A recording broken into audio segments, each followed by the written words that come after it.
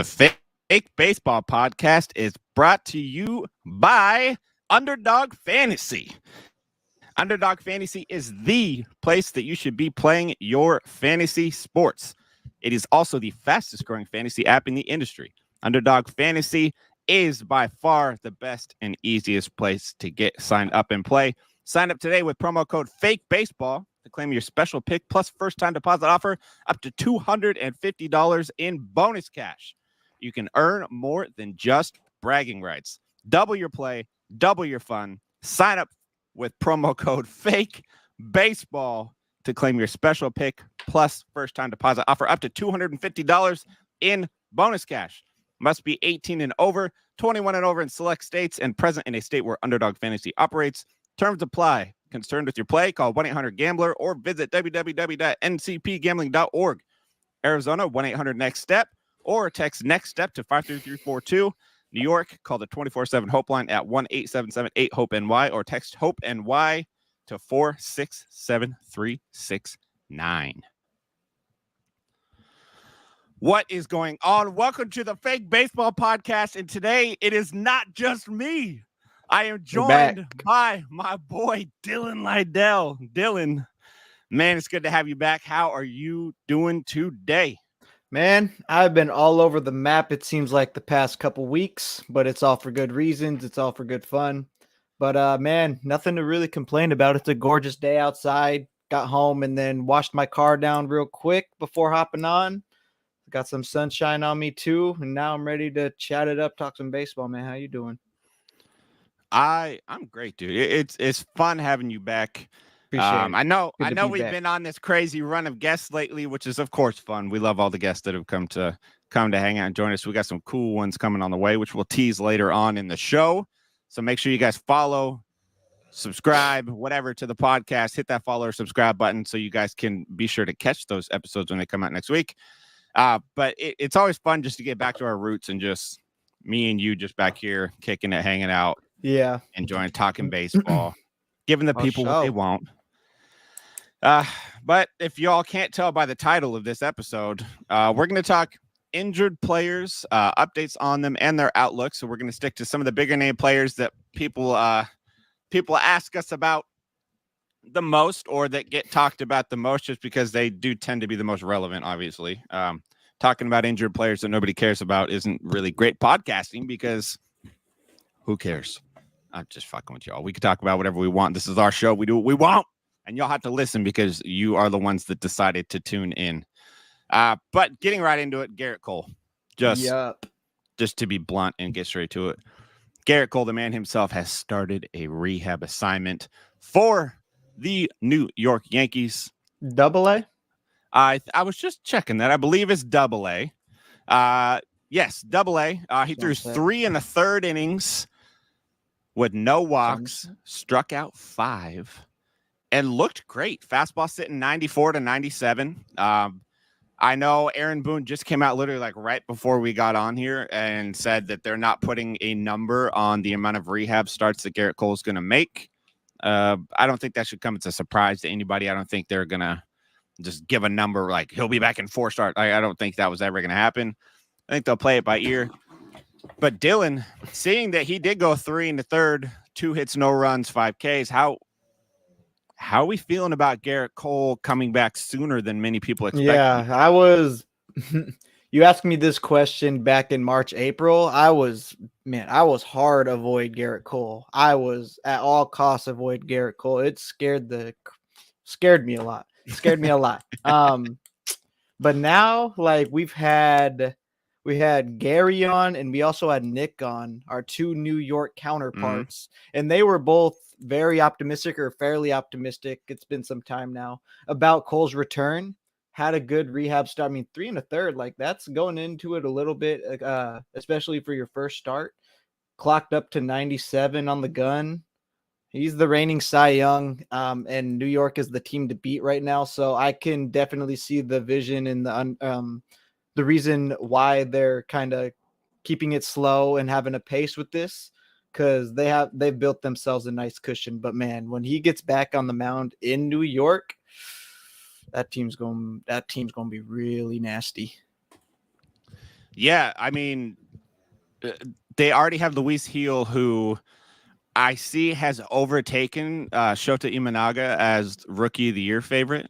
I don't know how that's possible. I guess best rookie pitcher, I guess, if you want to go that route. It can't be Rookie of the Year because one's in the AL, one's in the AL. Yeah. I'm remembering wrong. He overtook him as somebody's best rookie pitcher, which I can't blame. Luis Heel's been so good. I threw myself off there. Luis Heel's been so good, but adding Garrett Cole into the mix with a Luis Heel, with a Nestor Cortez, even though Nasty Nestor's not Nasty Nestor, he's just Nestor. Not so much. And Rodon's been great too. So adding Cole into that mix, I think it's going to take a lot of the pressure off of Cole when he does come back, which I think is going to help him be that much better when he gets back, because he doesn't have to come back and push himself to be former Cy Young winner Garrett Cole. He can come back and just be Garrett Cole, the pitcher for the New York Yankees, which is probably going to end up being a consistent quality start man with 7-8 Ks an outing, like the Garrett Cole that you drafted. I know Matt is in here and said that he drafted him in our listener league and he's trusting the process. I feel that you have to. Kudos. Big trust the process vibes. Yeah. So good on you. So actually, we did forget a name on here. Kyle Tucker. Oh, we did. Oh, Tucker the toe sucker. Yeah. Yeah.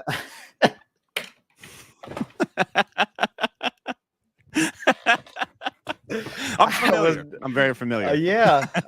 He doesn't look like he's in the lineup again today after fouling a ball off his knee, foot, something like that. Shin. Yeah. What do we think about that? How long is he going to be out for? My guess is maybe just another game or two. Okay. Because I don't think he did any structural damage. I don't think there's a fracture. I don't think there was anything bad like that. Probably just a real bad bruise, which I get. Bruising your shin sucks. I played soccer all the way up into college. Getting kicked in the shin sucks. So getting hit in the shin with a bat or with a ball coming out the bat is going to feel even worse. So I feel him. Yeah, probably just maybe another game or two. He'll probably be out, and then they'll ease him back into the lineup. Okay. It's probably just precautionary right now. But my bad. I just cut my mind. You're good. You're good. I had completely forgotten about Kyle Tucker on the show sheet, so that's a good call. I want to try to talk about as many of these bigger name guys as we can. But one that I don't think is actually getting talked about as much. We mentioned him with Gary. Yeah. Y'all go check the episode with Gary Sheffield Jr. Man, it's probably been a month now since then. But he's a big Yankees guy, and one that we talked about was Jason Dominguez. He is on a rehab assignment right now, and they just extended his rehab assignment an additional 10 days to kind of get a feel for how he's doing. He had that elbow issue, essentially what Ohtani's dealing with, what Max Muncy dealt with before. That's what Jason Dominguez has been dealing with, and he's a very interesting one because the season that he was able to put together last year was phenomenal. Everybody called him the Martian. I don't know if it's because he's supposed to have like out of this world skills, or it's because he kind of looks like a Martian. I think it's that he just kind of looks like one. And so he came up. I mean, he delivered. He played was it 10 games last year? He hit 4 home runs, scored 8 runs, and drove in 8 while hitting 316. Like that's crazy in just a 10-game span for somebody that's not that old. He's what 20? He's only 21. He was age 20 season, right? Yeah, age 20 season. He did that. The problem is, so granted, they extended his rehab 10 games or 10 days. So after the 10 days, he could come back. But Dylan, when he is ready to come back, do you think they bring him up to the majors, or do you think he sticks in the minors? Because technically right now they have Judge, Soto, Grisham, Verdugo. This was kind of my thought about that. Yeah, this was, man, he could be and I saw you and Gary both going back. Was Gary, right? Going back and forth on Twitter about this very man. I think he makes for a very intriguing trade prospect because like you were saying, the Yankees, they're stacked in the outfield for the present and for the future. They have some prospects, Spencer Jones being one of them. Yeah. Like the list goes on, and what seemed like a black hole in the outfield for the Yankees for so long just seems to have a plethora of riches there now. Yep. So like in the name you guys brought up, Mason Miller, man, like that would be a trade to see go down. Like I would hate to see Dominguez in the AL West because I do think he is that that kind of player, and that he is one of those guys that can be a 5-tool player. Mm-hmm. But the route to playing time in New York is tough right now. And who knows, but like kind of hinges on if they're really going to commit to Soto too, I think. Yeah. So I mean, I think they're going to commit to Soto. Juan Soto is in his New York villain arc right now. I love everything about Juan Soto with the Yankees. Right, yeah, but like the GM, whoever it is, they've already made comments about payroll and stuff, and this is before That's true. getting Soto on board or locked up. So that is true. So I guess I'll have to see what they do with that. And maybe they could cut some of like Stanton's salary off the books after this year and free up some Soto money. But yeah, like on Twitter, I had told Gary, he had mentioned that the Yankees need to trade for Mason Miller, and I'd said that I agree. I think it's a good move, and I think that it's going to cost something like Jason Dominguez plus to get Mason Miller. What's the plus? It would be, oh man, I don't even know. I would have to see their farm system a little bit. Maybe Dominguez plus Stanton. That's great. I don't think they would do that, but like Dominguez plus probably some kind of pitching prospect. Plus maybe a mid-tier. I hate these stupid little Facebook ads or Facebook bots. I was about to say, wow. Yeah, it's gonna cost Jason Dominguez plus hitting prospect plus probably a mid-tier pitching prospect to get him. But Jason Dominguez is a good enough player that Oakland then has a centerpiece to build around when they move to Las Vegas, and the Yankees get a Mason Miller that has 5 years of team control left. In to back up probably a top 5 starting rotation when everybody's healthy. Their relievers aren't that great, so just adding him in there, and then it allows them to not have guys like Verdugo and Stanton constantly be playing, looking over their shoulder, wondering who, like, am I going to have to take an extra day's rest today because Jason's killing it? Like, I don't have to do that anymore. So, and Bryce said, they'll add in everybody's favorite prospect, cash consideration. That needs to be a lot of cash for Mason Miller. That is a lot of cash that's got to be handed over. Matt said, if they all stay healthy, Dominguez stays down forever. But that's one of the biggest ifs all season. True. I mean, it's not out of the question for Dominguez to stay down. I think that's part of the reason why we wanted to talk about him on here, because he probably has the biggest question mark of anybody that we'll talk about here. Everybody else will talk about is going to. If they're hurt now, they're going to play at the majors guaranteed this year. Jason Dominguez is just a big name because he did play so well last year. I mean, you talked about how good he was in the minors. He had 45 extra base hits and 41 stolen bases in like 128 games last year. You don't do that unless you're special. So I think he does find a way to get some at bats this year. I just have a feeling 0 of them will come with the New York Yankees. But again, make sure you guys hit follow, subscribe, 5-star rating and review on the podcast. I'm trying to get better about that. Little things like that go a long way towards helping us. I know it seems like I'm asking a lot today, but those are the things that help us bump up those charts. Asking, help us get more sponsors. Demanding, my guy. I'm demanding it. Hit the button right now if you're listening. Those things help us, like with sponsors and all that, and it allows us to continue to put things like this out and grow this podcast more into what it can become, not just what it has become. I was trying to think if I wanted to talk. And so after, I want to mention it because it's on my mind right now. I've been thinking about it ever since my phone call that I had earlier. For those listening, I have career decisions to make in the writing world. I may potentially be stepping down from one of my writing gigs and adding another one that is even bigger, where I will not only be a writer, but I will essentially be the writer. They have a couple people, but like I will be one of the guys tasked to help grow the fantasy baseball writing side of said place. And so probably in a day or two, you guys might see an announcement from me.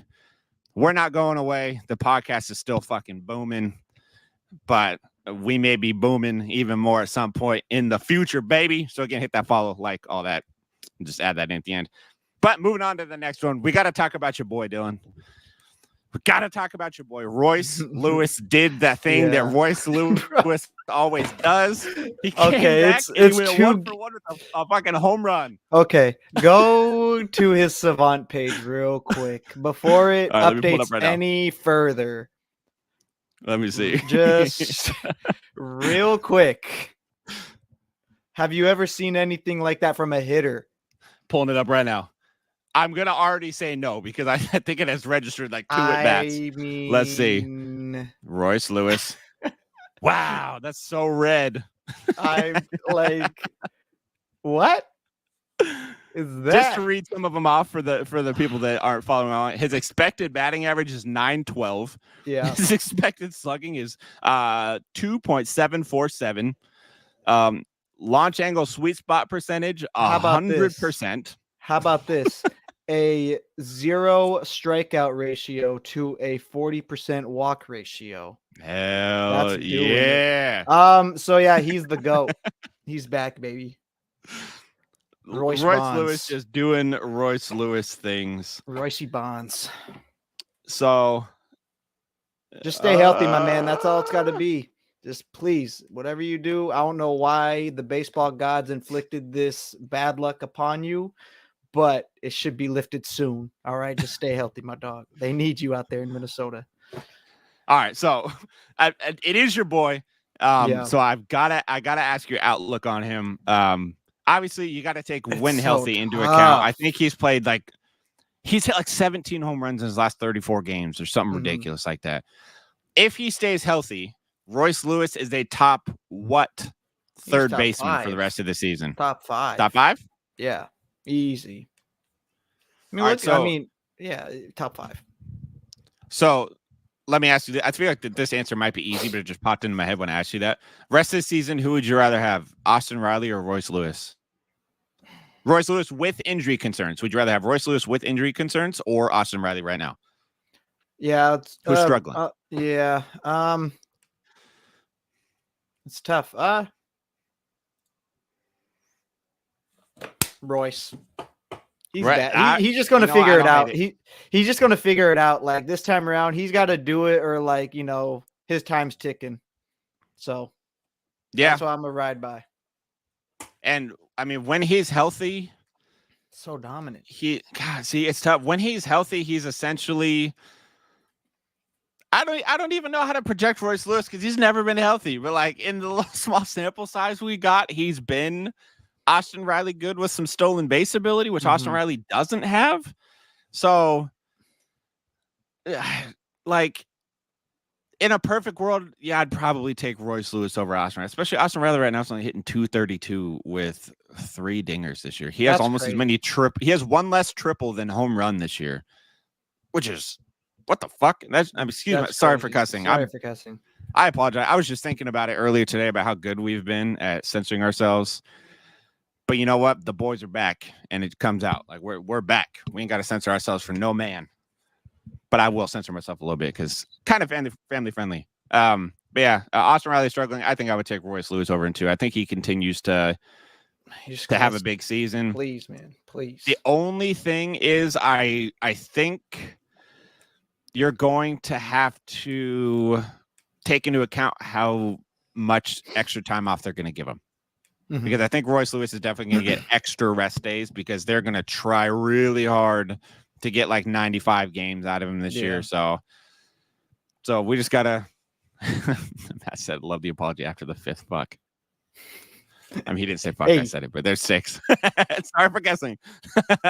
But I had to apologize eventually. Yeah, so just be wary with Royce Lewis. He's probably not going to start every game in a week. So if you play in a weekly league, right now, Royce Lewis is probably, if they play 5 games, Royce Lewis is probably starting 3 of the 5 games right now. So do with that as you wish.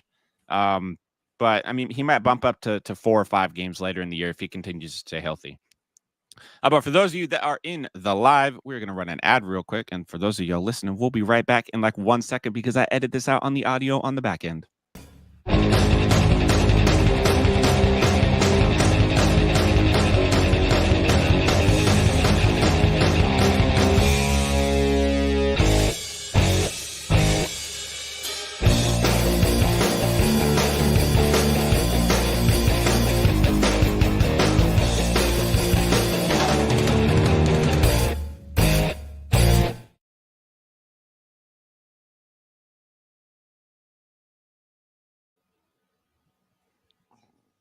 Hello. Is it me you're looking for?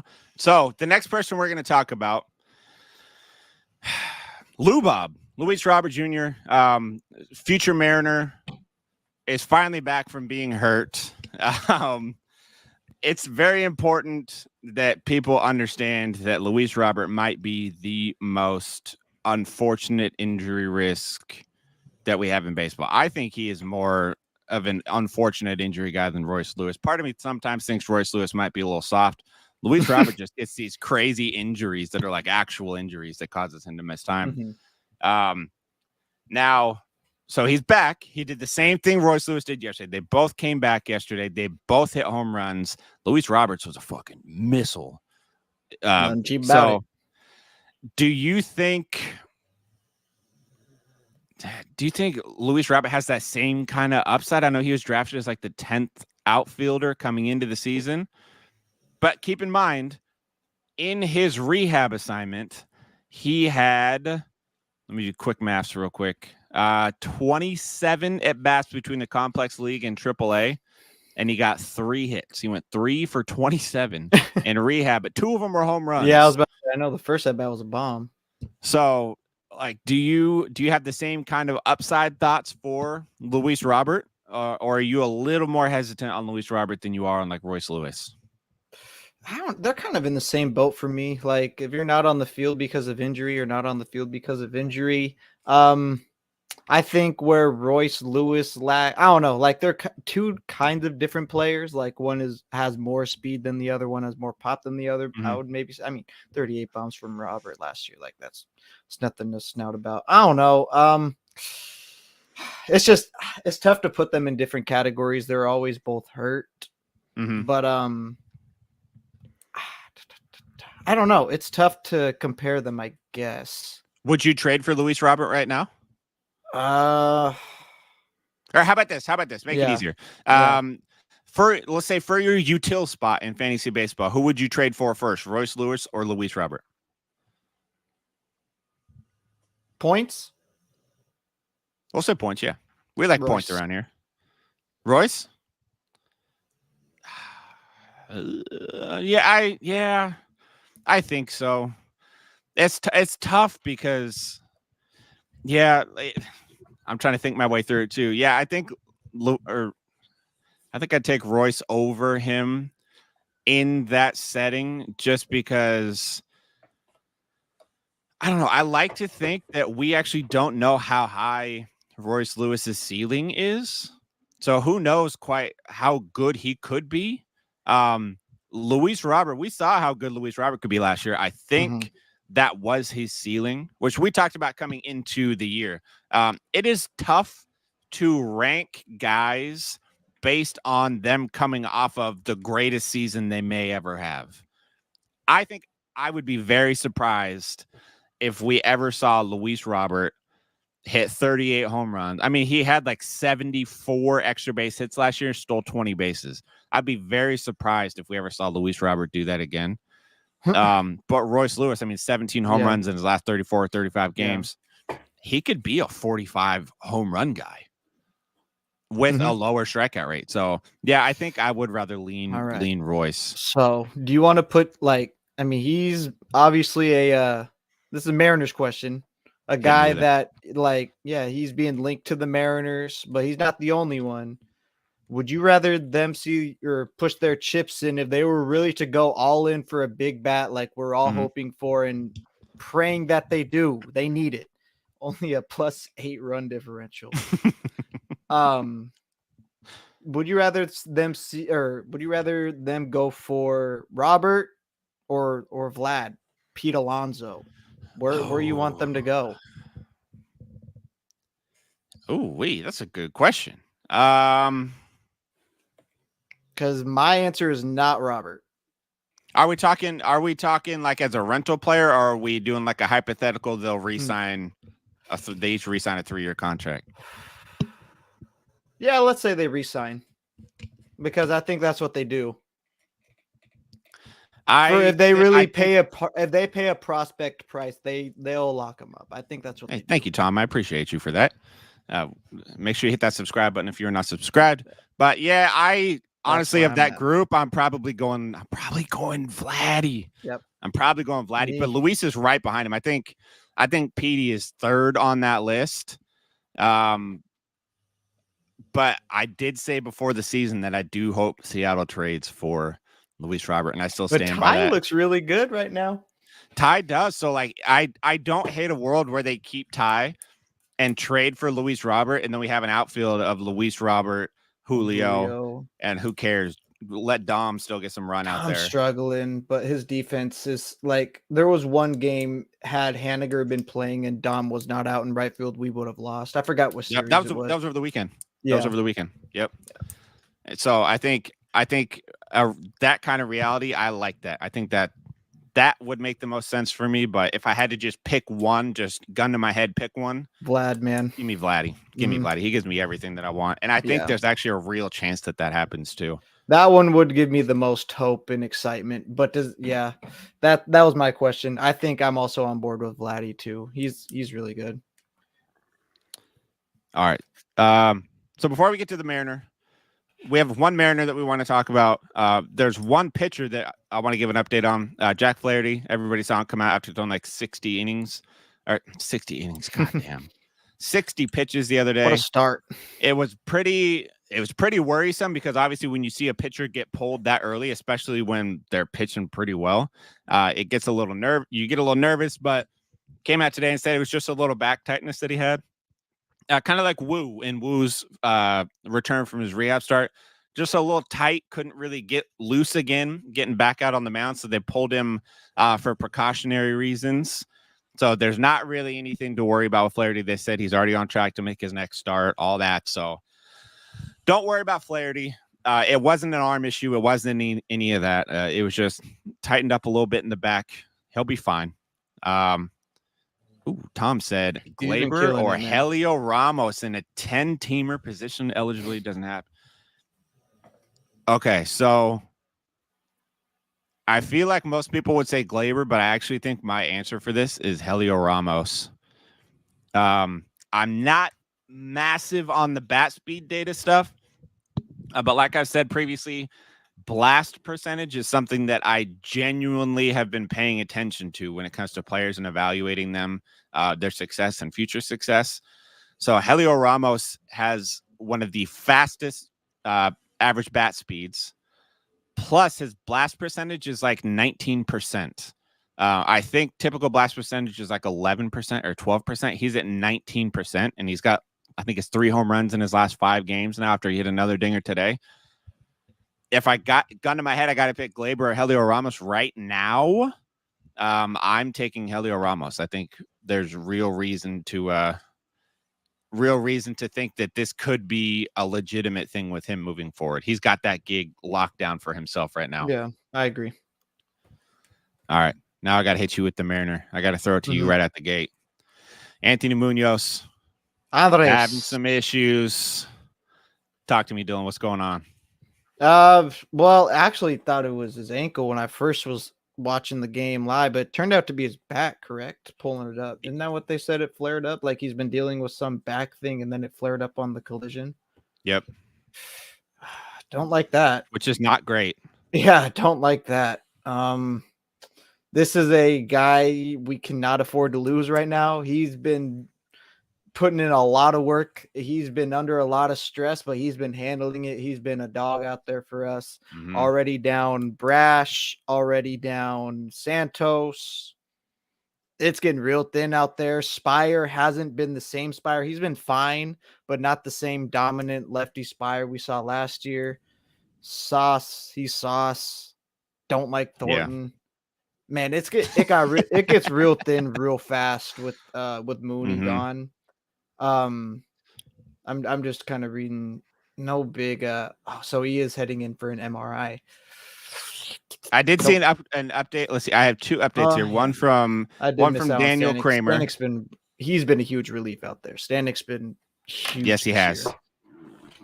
So Daniel Kramer, who covers the Mariners for MLB.com, said no update yet on Andres Munoz, who's currently getting treatment, but word is that the Mariners don't anticipate making a roster move today. That's from 30 minutes ago.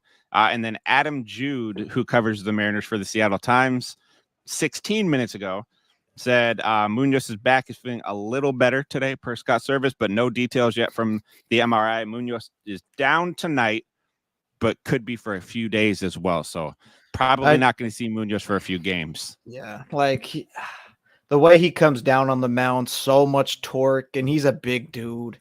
Mm-hmm. Like that back probably does have a lot of stress put on it. I don't know. Does not feel good. Get well soon, man. Take the time that you need. Thing that leaves me a little optimistic is don't know if it's true or not. I saw it at a couple different places, not like verified accounts or anything. But the Mariners have the easiest strength of schedule the rest of the way. Their opponents have the lowest winning percentage as of today. The rest of the way, I think I'll have to go back and look, but it's like 3 against the Yankees, 3 against the Phillies, but then it's cake from there. Like they have a good rest of the way. So I'm saying, like, maybe this is the break he needs to take some tax off his arm. Yeah. So just get well soon and get back to 100% more than anything else. That's really what's important. Yeah, and I hope he does. And one thing about that strength of schedule thing, that's exciting for me because in years past, the Mariners have a problem where they play up or down to their opponent. If they're playing really good teams, they'll fucking hang in there. They'd put up 10 runs on the Astros last year and the year before. But then they would play Oakland and get swept that game at home against Oakland. So this year, unlike other years, outside of last night, this year, outside of other years, they're actually just beating teams that they're better than. Finally, like they're doing the thing that they're supposed to do. So if they do have that week of a schedule going forward, there's some good optimism there on the side of the Mariners. Yeah. Ted, I dropped Yainer Diaz this week. I picked up David Fry in our points league too. I know you did because you fucking beat me to it. Yep. Sorry for. And also, how about since the exit of Brant Brown, the Mariners as a team have a 16.7 K percentage with the 7.7 OPS compared to a 28.3 strikeout percentage and a 664 OPS. They have looked a lot better at the plate. I don't know if that's the reason or what he was putting in their ear. It's working that he's gone. I heard that I don't remember where I read it. I know for a fact that I read it though, that I guess when he would give like his pep talks and his speeches or like when he's coaching players, he would like give like these really weird speeches that nobody really understood what he was talking about and use like weird analogies and verbiage and all that. And so the players never fully understood like what he was. He was really trying to get them to buy into whatever it was he was saying and didn't want to change anything about what he was saying or preaching, rather than being like, these are grown men. I should probably find a way to make my philosophy come out of my mouth in a way that they can understand and execute. And he refused to do that. So yeah, I had high hopes when we signed him. I did too. He did good work in Miami. Yeah. But I guess seeing them cut bait on him this early, I would rather them cut bait early rather they than had to. They had no other choice. They were on some historic pace, like for strikeouts. Like it was bad. It was bad. Tom said, I went sideways and dropped Braxton Garrett and picked up Ramos. You guys told me. I love that move. I love it. Do it. Braxton Garrett in the 10 team. You don't need him. Helio Ramos in the 10 team. Rock with him. He's going to have one hell of a week. He's on a hot streak right now. He's been on a hot streak for a minute. He's never really cooled down. Like he'll have a couple games where he gets a little streaky, but the dude has real power. And he's got bat speed to match. So Helio Ramos rushes away. I think we're now a Helio Ramos podcast. Just remember that, you guys. We're a Helio Ramos podcast. But that is all the injured players we have to cover for you guys. I told you guys I would let you know who we have lined up on the guest list for next week. As of right now, on Tuesday next week, we have Chris Towers from CBS Sports and the Fantasy Baseball Today podcast. We had Frank Stampfl on here a couple weeks ago. Chris has graciously agreed to bless us with his presence on Tuesday. That should be a very fun episode. He's a very fun guy. He's going to be a lot of fun to talk to. Very knowledgeable. I know a lot of people give him shit on Twitter. They give him shit for liking Taylor Swift and all kinds of random shit that has nothing to do with baseball. So that'll be a fun one. And then I think I've teased it out loud before. It's closer to happening now. We're going to get Frank the Tank from Barstool Sports on the podcast. And I'm actually not joking. Like, this is not a test. Frank the Tank, the talks are, I'm supposed to talk with him again on Sunday night so we can lock down a day and a time for next week for Frank the Tank to come on here and talk about the goddamn Mets and hot dogs and whatever else that man feels about talking about on this podcast. So yes, sir, he's gonna chew away because I'm gonna fire some fucking heaters of questions. Yeah, that's the thing. It's like what we do. You can't script with that man. You just gotta let him take it however it may flow. I can tell you guys what our show sheet's gonna look for that one. It's gonna say Mets hot dogs. That's what it's gonna say on the show sheet, and then we're just gonna fucking the walk journey he's had is fucking dope. True. I saw one earlier. He was walking with was it Wade Boggs he was walking with? He walks with JJ Watt, like Saquon Barkley, anybody and everybody. Everybody loves Frank, man. He's a genuine dude. Like there's no bit or acting about it. This man, he just shows his true passion, and it stresses him out to no other regard. He gets his blood pressure going. Like, I can dig it because he's a true sports fan. And honestly, there aren't too many of those blue collar sports fans around anymore. And I dig it, man. I love him. I've been a fan of his for years now.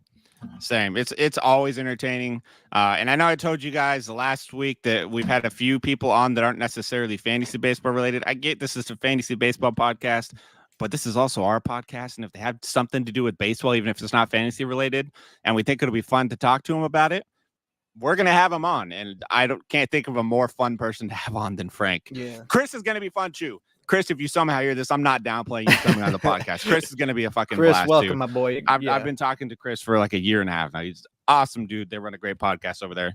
And so with that being said, follow us on our socials. We are at Fake Baseball on X. We're at Fake Baseball Pod on YouTube and Instagram and TikTok. I will be on TikTok live tonight. I joked about it last episode that I did, like with Dalton at the end. But apparently I almost said it again. Apparently a very large amount of you guys enjoy coming into TikTok live with me. The numbers say just shy of 1,900 the last two live streams. So I'm going to go on TikTok live again tonight. So it's at Fake Baseball Pod.